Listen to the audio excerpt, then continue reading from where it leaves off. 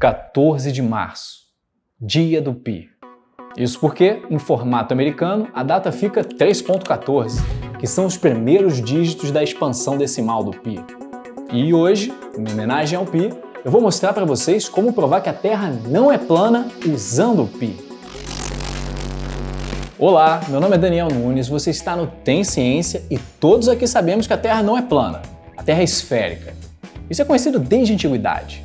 Inclusive, um matemático chamado Eratóstenes calculou o raio da Terra com uma precisão incrível lá por volta de 200 anos antes de Cristo. Mas o que a gente vai fazer aqui hoje é totalmente diferente do que ele fez. Vamos provar que a Terra não é plana usando o Pi. E para começar a fazer isso, a primeira etapa é aprender a desenhar um círculo. Círculo tem tudo a ver com Pi, pois foi daí que ele surgiu. Os gregos antigos perceberam que quando você desenha um círculo e pega o comprimento da circunferência e divide pelo diâmetro, isso dá um valor constante que não depende do tamanho do círculo. Num círculo pequeno ou num círculo grande, a razão entre a circunferência e o diâmetro dá sempre o mesmo valor. E foi pelas mãos de Euler, no século XVIII, que esse valor ficou eternizado com a letra grega π, que é como conhecemos hoje em dia a razão entre a circunferência e o diâmetro de um círculo. Mas você sabe desenhar um círculo? A forma que parece a mais correta de fazer isso é usando um compasso. Isso dá certo porque se o seu compasso estiver funcionando direito, a abertura dele não vai mudar conforme você faz o giro. E isso dá um círculo, porque o círculo é justamente o conjunto dos pontos que estão a uma mesma distância do centro. E essa distância é o raio, que nesse caso é a abertura do compasso e vale a metade do diâmetro. Só que para o que a gente quer fazer aqui isso é ruim, porque queremos fazer um círculo maior do que esse. Muito maior. Então a gente iria precisar de um compasso gigante, o que não é muito conveniente. Só que a única coisa realmente importante na hora de desenhar um círculo é garantir que a distância até o centro seja constante. Então, dá para substituir o compasso por qualquer outra coisa que garanta isso, como por exemplo um barbante ou uma corda. Se você prender a corda no centro, é só manter ela bem esticada que você irá traçar um círculo.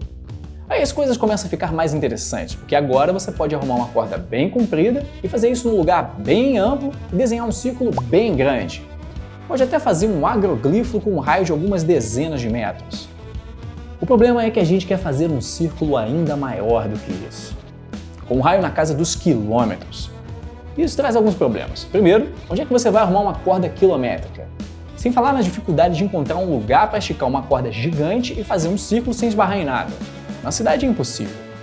Mas tem uma forma da gente resolver esses dois problemas de uma só vez. Saca só, essa região branca no mapa é o Salar de Uyuni, o maior deserto de sal do mundo que fica na Bolívia. Ele possui uma planície imensa formando o maior espelho do mundo. Esse é o lugar perfeito para se traçar um círculo realmente gigante. A gente poderia fazer isso usando um carro. Para percorrer o círculo de carro, basta manter o volante travado num giro constante. Quanto menor o giro, maior vai ser o círculo. O odômetro do carro vai cuidar de fazer o trabalho para medir a circunferência para a gente. Para fazer o diâmetro, bastaria ir reto de maneira perpendicular ao círculo e tomar a medida novamente pelo odômetro. Essa é uma experiência que eu adoraria fazer de verdade um dia. Seria incrível. Quem sabe um dia rola um vídeo do Tem Ciência fazendo isso na prática no Salar do Uyuni. Enquanto isso, como esse ainda é um canal muito humilde, a gente faz isso pelo Google Earth mesmo. Vamos traçar um círculo no deserto de sal. Vou tentar pegar o maior círculo possível. Acho que assim tá bom. Então, é só pegar a medida do raio, multiplicar por 2 para achar o diâmetro e pegar a medida da circunferência e dividir pelo diâmetro para achar 3,13, que é menor do que π. Tem alguma coisa acontecendo aqui. Não era para dar π? Será que foi por causa de algum erro de medição? E se a gente pegasse uma circunferência ainda maior, quase do tamanho do Brasil? Circunferência dividida pelo dobro do raio dá 3,11, que é menor ainda. E se fosse um círculo bem no meio da Ásia? Circunferência dividida pelo dobro do raio dá 3,05, que é muito menos que π. Será que os gregos estavam errados? Eles não descobriram há mais de 2000 anos que a circunferência dividida pelo diâmetro dá sempre π? Isso é uma constante? Bem, eles realmente provaram isso matematicamente e estão perfeitamente certos. Só que tem um detalhe. O que os gregos provaram vale apenas na geometria clássica, conhecida como geometria euclidiana. Vale só para um círculo plano. se a Terra fosse plana, em qualquer círculo desenhado nela, a razão da circunferência pelo diâmetro teria que dar π, não importa o tamanho do círculo. Isso teria que valer como uma consequência de um teorema da geometria euclidiana. E com teoremas não tem discussão.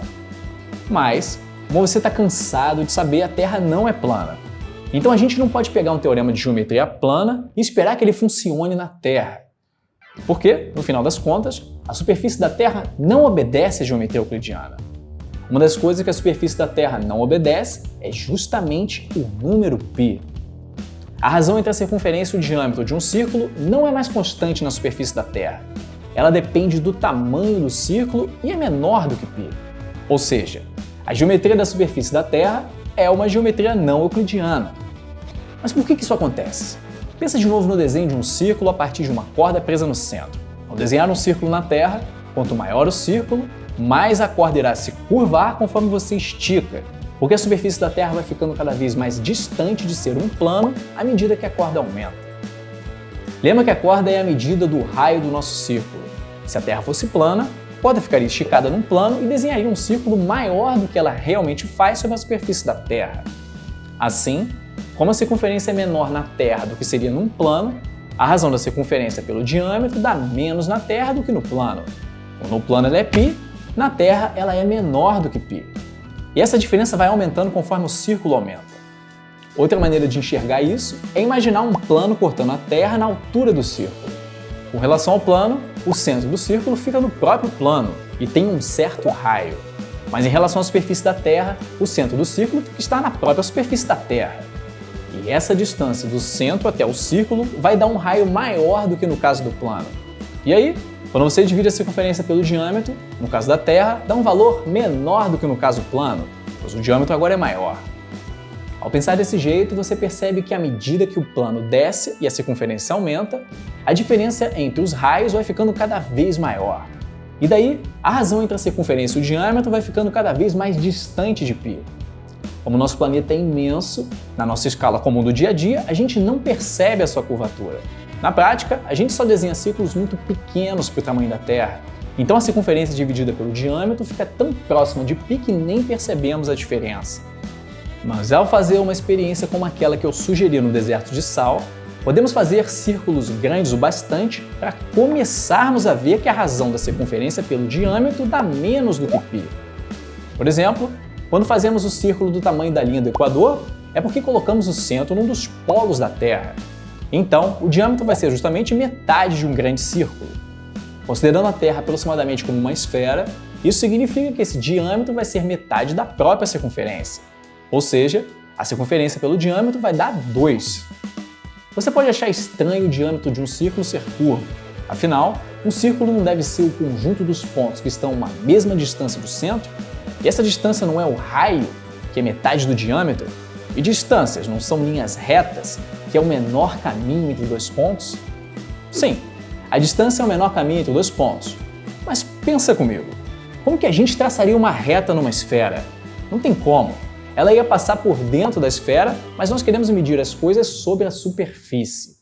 E como a superfície é curva, a distância passa a ser justamente a curva de menor comprimento que une dois pontos e que está sobre a superfície. Na geometria euclidiana, como no caso de um plano, essa curva de menor distância é sempre uma reta. Mas na geometria esférica, como o caso da Terra, que é uma geometria não euclidiana, essa curva não é mais uma reta, ela é um arco de grande círculo. Ou seja, as distâncias são medidas de forma diferente na superfície de uma esfera. Isso não é só uma questão teórica da matemática. Esses caminhos de menor distância, conhecidos como geodésicas, são extremamente úteis no dia a dia, como por exemplo para calcular a rota dos aviões.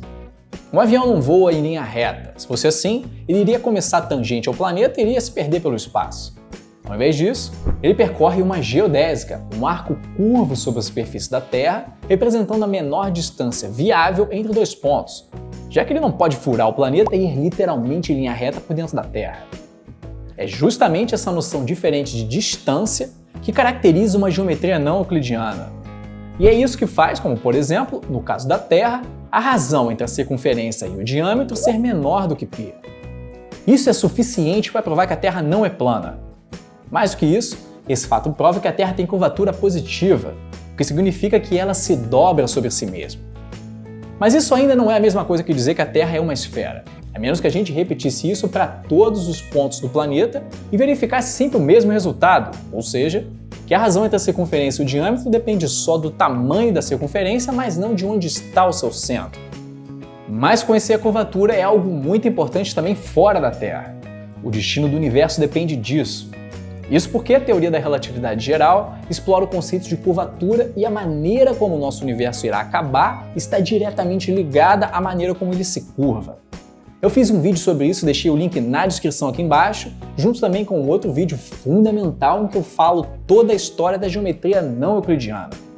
É um dos vídeos mais vistos do canal e eu recomendo que você assista para entender melhor esse assunto.